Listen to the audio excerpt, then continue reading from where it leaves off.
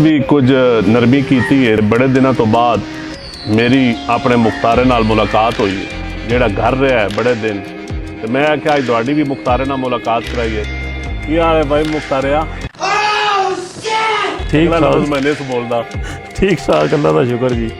तू महसूस किया है घर 21-15-20 दिन दे रहे हैं अहमदाबाद जी की तू महसूस किया? मैं जी बड़ा दूसरा अच्छा महसूस किया जी। इन्नी देर तुहाडे नाल तकरीबन 2007 तो लैके हुण मैं आया वहाँ इन्नी यानी कि 15-20 दिन 21 दिन मैं कर रहा पहली दफ़ा।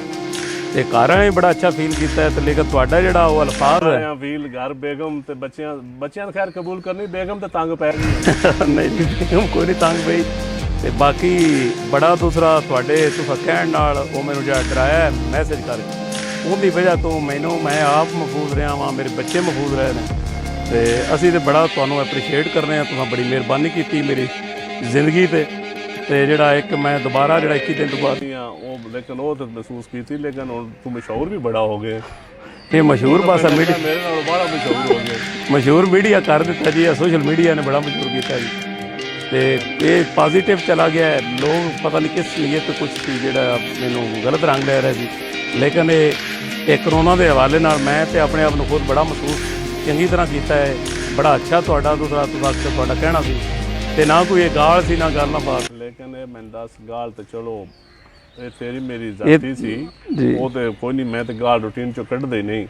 लेकिन तू मैंने दस तू इतने दिन जे रहा तन जो मैं मना करता भी सा हुण वेख जेडे बंदे लोगों मिलते रहन करते रहन, लोग बीमार होए पैन, तू आदा है जी सियासत करो फलाना हुण दस का 21 दिन घर च महफूज रहने नाल तू की महसूस नहीं? बड़ा बड़ा बेहतर है तुहाडा जिहड़ा तुसां कहा है वो तो मेरे वास्ते बहुत ज़बरदस्त रहा जी। मेरे बच्चों वास्ते मैं खुद अपने आप में बड़ा अच्छा फील पे करना वा। ये मैं दस बने वीडियो लीक कि हुई है जो मैं मेरी 3 गल्ली आई ये भाई मेरे को कसम है, मेरे को नहीं लीक हुई। ये पता नहीं किदू लीक हुई है। तू की थी या मैं की थी? नहीं मैं नहीं, बिल्कुल मैं तो इस चीज़ का हल्फन मेरे को लीक नहीं हुई। तेरे को नहीं लीक हुई तो ये कहता जी मेरे को भी नहीं लीक हुई।